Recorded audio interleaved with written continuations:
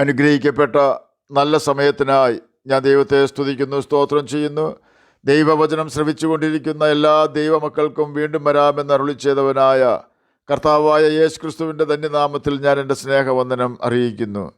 ഇന്നത്തെ അല്പസമയത്തെ ചിന്തയ്ക്കായി ഹബക്കുക്ക് പ്രവചനം 3-ാം അധ്യായം 18-ാം വാക്യം നമുക്ക് വായിക്കാം. എങ്കിലും ഞാൻ യഹോവയിൽ ആനന്ദിക്കും, എൻ്റെ രക്ഷയുടെ ദൈവത്തിൽ ഘോഷിച്ച് ഉല്ലസിക്കും. അനുഗ്രഹിക്കപ്പെട്ട ഒരു വേദവാക്യമാണ് നാം കേട്ടത്.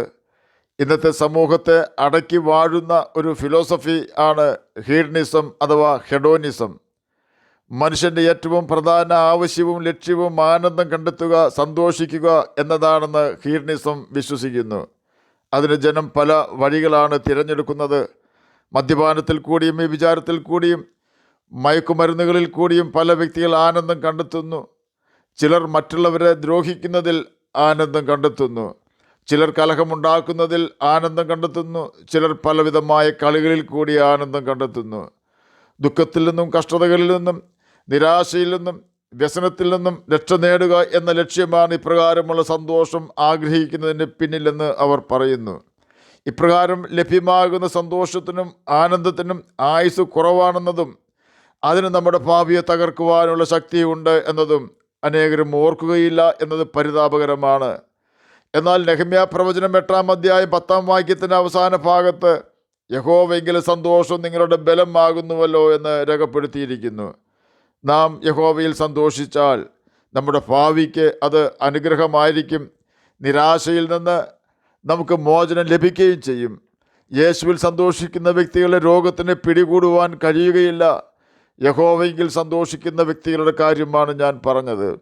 ഹൃദയത്തിൽ പകയും പിണക്കവും സൂക്ഷിച്ചാൽ അത് വിഷമായി നമ്മുടെ രക്തത്തിൽ അലിയുകയും പലവിധമായ രോഗങ്ങളായി തീരുകയും ചെയ്യുന്നു. നമ്മുടെ ഹൃദയത്തിൻ്റെ വിശുദ്ധിയും ഹൃദയത്തിൻ്റെ ആനന്ദവും ശരീരത്തിൻ്റെ ആരോഗ്യവുമായി ബന്ധപ്പെട്ടതാണ്. ക്യാൻസർ രോഗം ബാധിച്ച ഒരു യൗവനക്കാരനെ ആശുപത്രിയിൽ പ്രവേശിപ്പിച്ചു. ഡോക്ടേഴ്സ് പറഞ്ഞു, ഏതാനും ആഴ്ചകളെ നിനക്ക് ആയുസുള്ളൂ എന്ന്. അത് കേട്ട അവൻ നന്നായി ഒന്ന് പുഞ്ചിരിച്ചു.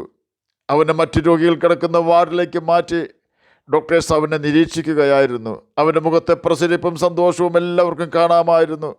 അവനെല്ലാവരോടും യേശുവിൻ്റെ സ്നേഹത്തെക്കുറിച്ച് ഉത്സാഹത്തോടെ പറഞ്ഞുകൊണ്ടേയിരുന്നു. യേശു കൊടുക്കുന്ന പാപക്ഷമയെക്കുറിച്ച് മരണം കാത്തു കിടക്കുന്ന രോഗികളോട് പറഞ്ഞുകൊണ്ടിരുന്നു. ഡോക്ടേഴ്സ് അവനെ നിശ്ചയിച്ച അവധിക്ക് അവൻ മരിക്കുന്നതിന് പകരം വളരെ ഉന്മേഷവാനായി കാണപ്പെടുകയാണ് ചെയ്തത്.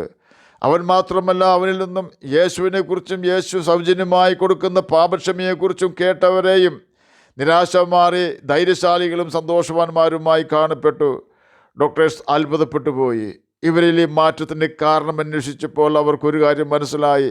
മരുന്നിനും മെഡിക്കൽ സയൻസിനും കൊടുക്കുവാൻ പറ്റാത്ത സൗഖ്യം യഹോവയെങ്കിലെ അഥവാ യേശുവിലെ സന്തോഷത്തിന് കൊടുക്കുവാൻ കഴിയുമെന്ന് അവർ കണ്ടെത്തി.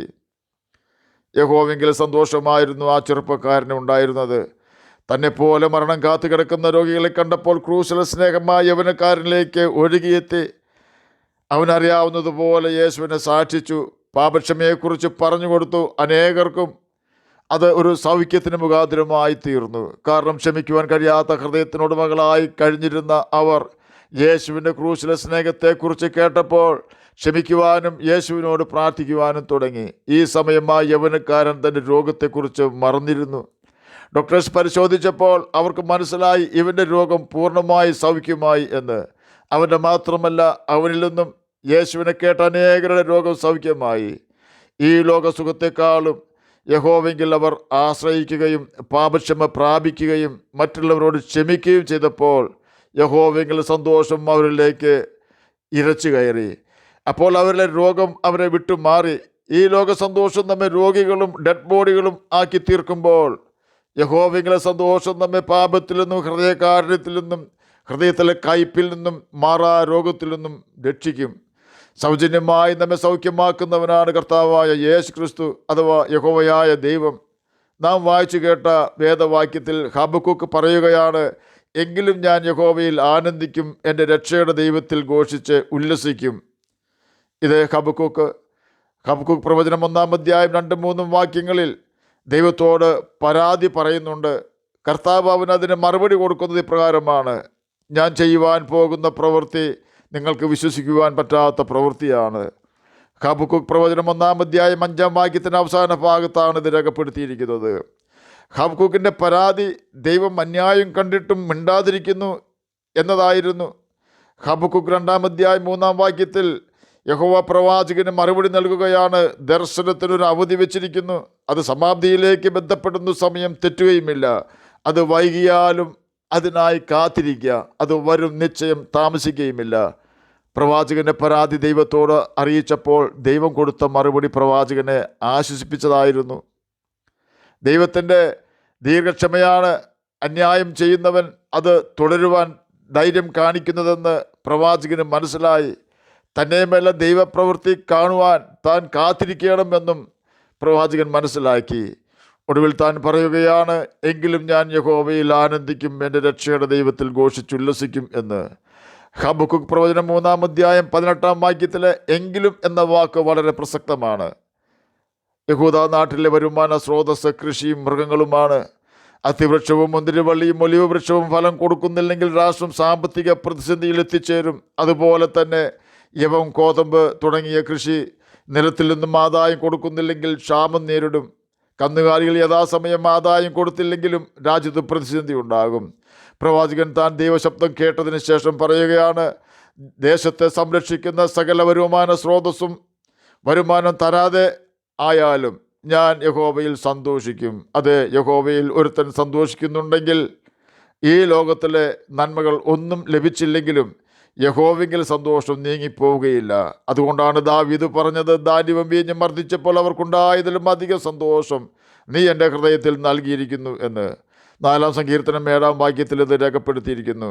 അതുകൊണ്ടാണ് ഹബക്കൂക്ക് പറഞ്ഞത്, അത്തിവൃക്ഷം തളിർക്കുകയില്ല, മുന്തിരിവള്ളിയിൽ അനുഭവം ഉണ്ടാവുകയില്ല, ഒലിവ് വൃക്ഷത്തിൻ്റെ പ്രയത്നം നിഷ്ഫലമായി പോകും, നിലങ്ങൾ ആഹാരം വിളയിക്കുകയില്ല, ആട്ടിൻകൂട്ടം തൊഴുത്തിൽ നിന്നും നശിച്ചു പോകും, ഗോശാലയിൽ കന്നുകാലി ഉണ്ടായിരിക്കുകയില്ല, എങ്കിലും ഞാൻ യഹോവയിൽ ആനന്ദിക്കും, എൻ്റെ രക്ഷയുടെ ദൈവത്തിൽ ഘോഷിച്ച് ഉല്ലസിക്കും. ഹബക്കൂക്ക് പ്രവചനം 3-ാം അധ്യായം 17-ഉം 18-ഉം വാക്യങ്ങളാണ് നാം കേട്ടത്. എന്നെ കേൾക്കുന്ന പ്രിയ ദൈവമകനെ, ദൈവമകളെ, നമ്മുടെ സന്തോഷം ഈ ലോകം തരുന്ന ഏതെങ്കിലും വസ്തുവിലാണോ? നമ്മുടെ മക്കളിലോ, ഭാര്യയിലോ, ഭർത്താവിലോ, മാതാപിതാക്കളിലോ, നിലത്തിലോ, സമ്പത്തിലോ ആണോ?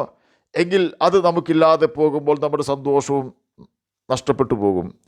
എന്നാൽ നമ്മുടെ സന്തോഷം യഹോവയിലും അവൻ്റെ വചനം അനുസരിക്കുന്നതിലും ആണെങ്കിൽ ഏതെല്ലാം പ്രതീക്ഷകളും നന്മകളും നമുക്ക് നഷ്ടമായി പോയാലും ക്രൂശിലെ സ്നേഹവും യഹോവയെങ്കിൽ സന്തോഷവും നമുക്ക് നഷ്ടമാവുകയില്ല. നിലനിൽക്കുന്നതും മരണശേഷവും നമ്മെ ആനന്ദിപ്പിക്കുന്നതും യഹോവയെങ്കിൽ സന്തോഷം മാത്രമാണ് എന്ന യാഥാർത്ഥ്യം നാം മറന്നു പോകരുത്. അത് നമ്മെ ശക്തിപ്പെടുത്തുന്ന ബലമാണ്. ദൈവം പറയുന്ന കൽപ്പനകൾ അനുസരിച്ച് അവൻ്റെ സ്നേഹത്തിൽ പാപം ചെയ്യാതെ വസിച്ചാൽ നിശ്ചയമായും യേശു നമ്മിൽ ദൈവസമാധാനവും ദൈവസന്തോഷവും നിറയ്ക്കും. ആയതിനാൽ നമുക്ക് യഹോവയുടെ കൽപ്പനകൾ അനുസരിച്ച് നിത്യജീവന അവകാശികളായി തീരാം. അതിന് കർത്താവ് നമ്മെ സഹായിക്കട്ടെ എന്ന് പ്രാർത്ഥിച്ചുകൊണ്ട് ഞാൻ എൻ്റെ വാക്കുകളിൽ നിന്ന് വിരമിക്കുന്നു. നമുക്ക് പ്രാർത്ഥിക്കാം. ഞങ്ങളെ സ്നേഹിക്കുന്ന സ്വർഗീയ പിതാവേ, നല്ല വചനത്തിനായി അങ്ങയെ സ്തുതിക്കുന്നു, സ്തോത്രം ചെയ്യുന്നു. എന്നെ കേൾക്കുന്ന ഏതെങ്കിലും പ്രിയപ്പെട്ടവർ സമാധാനമില്ലാതെ കഷ്ടപ്പെടുന്നുവെങ്കിൽ അങ്ങ് അവർക്ക് സമാധാനവും പ്രത്യാശയും ധൈര്യവും കൊടുക്കണമേ. രോഗത്താൽ ഭാരപ്പെടുന്നവർക്ക് രോഗസൗഖ്യം കൊടുക്കണമേ. പ്രാർത്ഥന കേട്ടതിനായി സ്തോത്രം, യേശുവിൻ്റെ നാമത്തിൽ തന്നെ ആമേൻ. കർത്താവ് എല്ലാവരെയും അനുഗ്രഹിക്കട്ടെ. സ്തോത്രം.